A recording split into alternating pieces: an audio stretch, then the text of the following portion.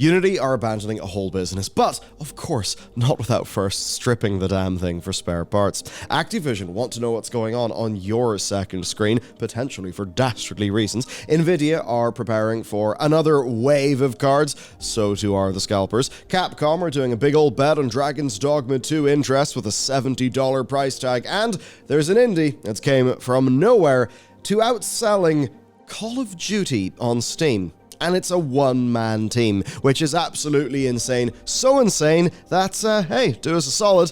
Here's today's sponsor. So if you're watching this channel, then you're curious, and I've got something for you. It's brilliant. It's the best way to learn math, data science, and computer science interactively. And today, we'll actually be understanding just what the hell is actually going on with large language models. That's the fundamental tech that the likes of ChatGPT are based on. It's something that's really growing, and that means we should, probably understand how the damn thing actually works. And at brilliant.org/Bellular News, you'll get 20% off an annual plan and a 30-day free trial. A trial that I think you should use to check out their latest course on large language models. Have you ever heard people talk about tokens, but you've not actually known just what is a token? Well, you'll actually learn what that means. And through learning how those fundamentals work, you'll be able to better navigate a world where these things are a new reality. It is a part of Brilliant's overall computer science set of lessons, which will take you from the fundamentals all the way up to the likes of learning your neural networks, LLMs, even projects like how search engines actually work. They will help you learn how to think and to actually engage with the material. And that's because everything they do at Brilliant is kept super fun with interactive examples, fun analogies, and practical quiz-based learning that versus the textbooks of old is just so much more refreshing. And it's all structured so it can be a bite-sized chunk every day. They make learning advanced and often very high-paying topics so much more approachable. So I think you should start for free today with their 30-day trial at brilliant.org/Bellular News, and then the first 200 to click my link will get 20% off an annual plan. Unity. They're hitting 1,000 layoffs this year. Let's get into the story. They really have decided they want to focus just on development right now as they execute their reset. After a period of massive expansion that really saw a lot of scope creep, a lot of mission creep for the company, and of course the failed implementation of their very disastrous runtime fees, they've had that need to balance the books. And this is where Peter Jackson comes into the picture, because Unity purchased Weta Digital from Peter Jackson. Of course, that's from the Peter Jackson-owned Weta FX. And that took on, for them, 275 staff, their entire pipeline of tools, platforms, and assets. Now, what remained under Peter Jackson was the Weta FX people. Those are the people who actually use the tools and the assets to make digital effects for, all of those movies that you've seen. Some things that have been incredible. Lord of the Rings, Shelob, mind-blowing for its time, etc. And also The Hobbit, Total War,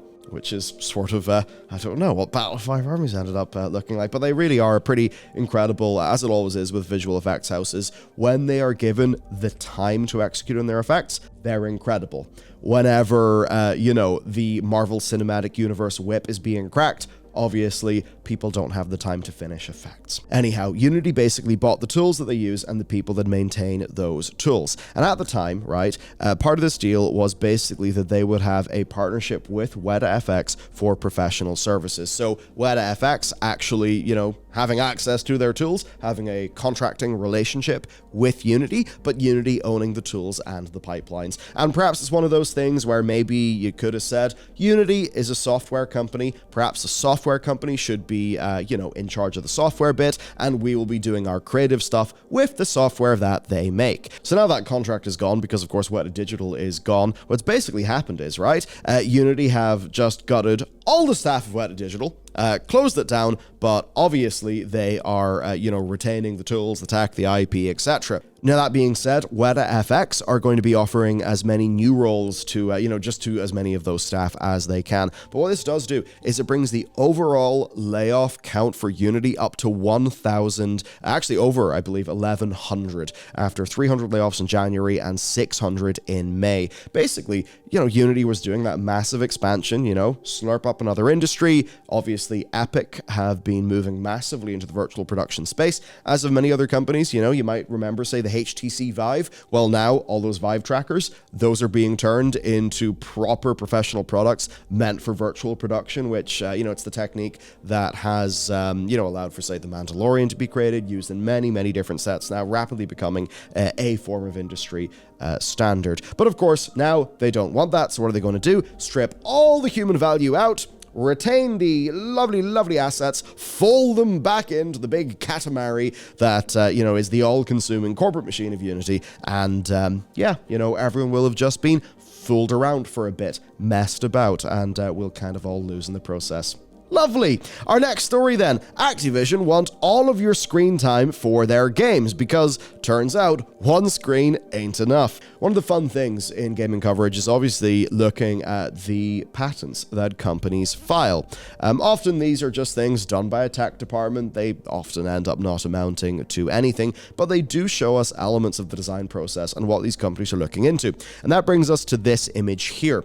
This was spotted by Xputer. Activision have made it public, basically a July patent that wants to look at the streams and videos that you watch and then get you to engage more with their products. So imagine Twitch extensions, right? But rather than the already quite annoying contests and code distribution tools, it is in fact a publisher scraping your data and trying to sell you video games. Effectively, it's the idea that whatever you've got on the second screen of your PC, that should be something that Activision can use to, of course, sell you on their games. And this is a continuation of some previous patents that have been filed where this would be applied to television broadcasts. This stretches all the way back to 2018. Now, the idea here, okay, is that as a viewer of a stream, your data is analyzed by the program and then is automatically, the system is going to be customizing an experience for you, dynamically recommending games related to the content, modifying content of the game being played by the viewer in line with the stream, which sounds a bit goofy and weird, even potentially generating a game as the viewer watches when that tech is available. So to go through the example here, right, let's just say you have this program running and you're watching somebody playing Diablo 4. The system then reviews you and what you're watching, recommending Diablo 4 as something you would want to play. If you accept, the program then runs the game, as you can actually see here in their little flow chart of what's going on. Now, why do this? Because to me, this sounds like absolutely worthless bollocks that I wouldn't want anywhere near anything that I'm using. Well, here we go. A quote. "There is a need to contextually integrate video games being concurrently experienced with a video stream or broadcast video being delivered via a separate media channel, therefore transforming a passive viewing experience into a more engaging and active one." Engaging and active, which of course means interact with our products and engage with your wallet. So yeah, you can maybe see something being cool here, but we all know that it's just going to be used to try to get you to, spend more money. Next, messy things. Nvidia. Oh yeah, the 40 series, it just keeps on getting better. So this is some news coming out rather helpfully after Black Friday and Cyber Monday when people will have purchased lots of cards. It is basically that apparently the 4070 Ti and 4080 are off the mass production line, allegedly entering the discontinuation stage where basically existing stock is just absorbed by the market and then they are gone. Obviously then, we've got the upcoming 4070 Ti and 4070 Super and 4080 Super that are rumored to be coming in January. So it makes sense then that with these new cards coming, which will of course be a way to just, get nice, back up to our RP, they'll just be trying to get rid of the old ones and therefore their mass production has been stopped. Now, video cards are quite quick to point out this means that, it doesn't mean they're going to be disappearing forever. Nvidia can, and have reconfigured the manufacturing processes in the past when they maybe see the market turning, things like that. Now, that being said, if you thought, oh wait, there's a new series of cards coming, maybe the 1490 that everybody knows is like really good but a lot of money, maybe that'll become cheaper and I can pick one up. No. So this is hilarious. There's the US embargo on chip sales to China, and what that's meant, well, here's an example, right? One of the Vietnamese traders, scalpers, just farming up on 4090s to sell to China post-embargo, obviously in a really, really large markup. So yeah, As always, GPUs being, like, yeah, one of the most powerful forms of compute, because the point is, GPUs are doing humongously parallelized tasks in a way that CPUs aren't. But our ability to have a lot of that stuff working, you know, rise of compute shaders and other things like that, that has meant that GPUs are far less just a gaming thing. And that is why, as gamers, it's been annoying as demand from other sectors has muscled in on what used to be our thing and basically caused a massive nuisance for all of us who want to upgrade our computers. Now, $70. Recent games coming out from Capcom, like Resi 4 Remake, they were going at $60, not $70. Obviously, Resi 4 Remake, in my opinion, masterpiece. One of the most enjoyable gaming experiences that I've had in a long, long time. And for me to, I mean, I haven't played Resi 4 properly before. So I'm very happy with Capcom big picture. Even though they've been doing some rumbly things, Street Fighter 6, I'm looking at you guys. Anyway, Dragon's Dogma 2 is going to be $70. And there are two things that have been said by them that are relevant here. Number one, right, the sales goal of 45 million copies across console titles. That is something that basically they said yes to investors. We do think we'll be able to hit these 45 million sales. That's a very big number. Then there's another piece of information that helps to explain this increase in prices, which basically is just their COO talking about development costs going up. The industry itself is kind of going up in prices. Therefore, they think that raising unit prices is a healthy business model. So basically, they appear to have a very high conviction of both raised unit prices for Dragon's Dogma, which now that it's pre-orderable, we all know it costs that much in Steam. Combination of that, and also they still think they're going to be hitting those very aggressive sales targets. Again, one maybe wonders, Elden Ring, very big success. Maybe a lot more people are going to be interested in Dragon's Dogma 2. Ultimately, Elden Ring, it comes from cult sort of loved games. Not to say that Dark Souls is a tiny indie game or, some tiny niche cult classic that nobody knows about. I would say that maybe Demon Souls is, though. So Dragon's Dogma, beloved game. I mean, look at gameplay for it. Look at fighting a griffin in Dragon's Dogma, and look how it actually looks and feels like you're actually fighting a griffin, not a big health bar. Dragon's Dogma, super impressive for its time. Dragon's Dogma 2, levels of hype, absolutely off the charts. Now, the one really silly thing that the CEO did say is this: development costs are 100 times more than they were during the Famicom era, but software prices haven't gone up to that extent. Now, my man, my dude, I think you know that's a load of bollocks. Yes, the development costs are up, but so is your distribution. So is your total addressable market. That is an insane statement. Now, I'm not saying this to say that, whatever the price of your game, no, but that's just a stupid statement, regardless of what point it's being made in service of. It's a stupid statement. As for price tags and video games, it is a tricky one, because ultimately, everyone values money differently. Some people will go into Starbucks and spend $10 on a coffee. I was recently in America. I'm used to paying £3. Maybe that's $4 for you guys for a specialty coffee, a really good thing from a local company that has a, relationship with its brewers where, or its roastery where the people who are, actually growing the beans are getting paid a real wage. And then I just, I'm in LA in this ghastly land where people are paying $10 for awful Starbucks coffee. And you're like, oh my God, what the? So, my point, it's a bit of a rambly way to do it, but my point is we all, have different sort of, values and amount of money. It's different to every person, whatever. But that's a really stupid statement to make regardless of all of that. I would say, Baldur's Gate 3, would it be worth $70 to you?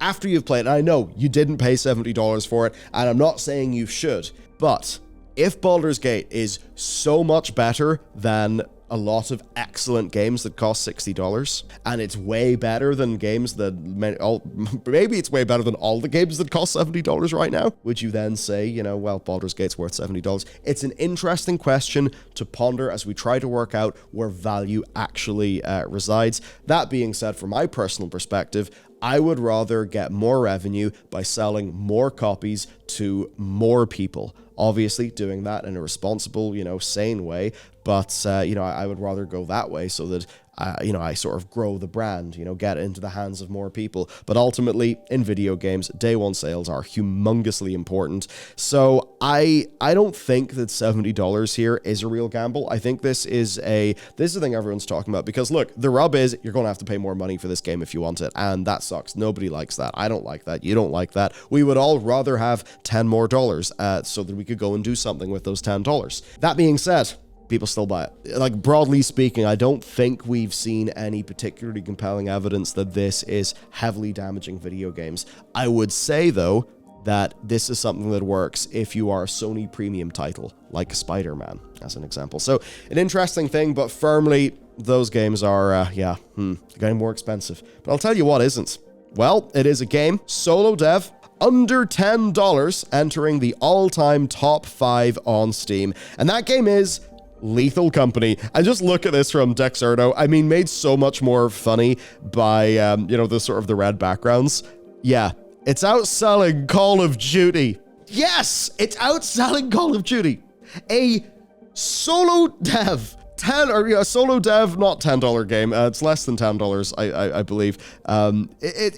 Look at this, 97.32%, 111,000 positive reviews and beating Call of Duty. That is what we want to see. As for what this game is, it was released the end of October. It's a solo production from a dev who spent the last 3 years doing small, small kind of like, I think a lot of small horror titles.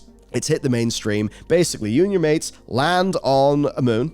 You dive into some procedurally generated abandoned facilities. You bring back the salvage, and you bring that back to the company store to meet your quota, and you do it all over again. You profit, you reinvest in your torches, your gadgets, and your gear to tackle more difficult salvage, lose, and you are fired. Of course, we say abandoned, we do not say empty, because, you will be spelunking through industrial waste, and then you will probably piss yourself because something very scary has happened. So basically, if you're thinking a bit of Phasmophobia, bit of SCP, meshing them all together, and there you go. I love one of the best things to do in this channel, and we're a little late to this story, which is why it's not its full own video, and I don't think they exactly need the help given their numbers. One of the best things, though, is amidst all of the corporate banditry, all the bullshit that we do have to talk about on this show, that we do have these amazing wins where, yes, even though this will not have the sustained sales volume and, gross revenue of Call of Duty, just the fact that a solo dev can hit the mark with their game and make an experience that compelling that even briefly it can dethrone Call of Duty when Call of Duty is in and around its very large launch window. That is brilliant. That is heartening.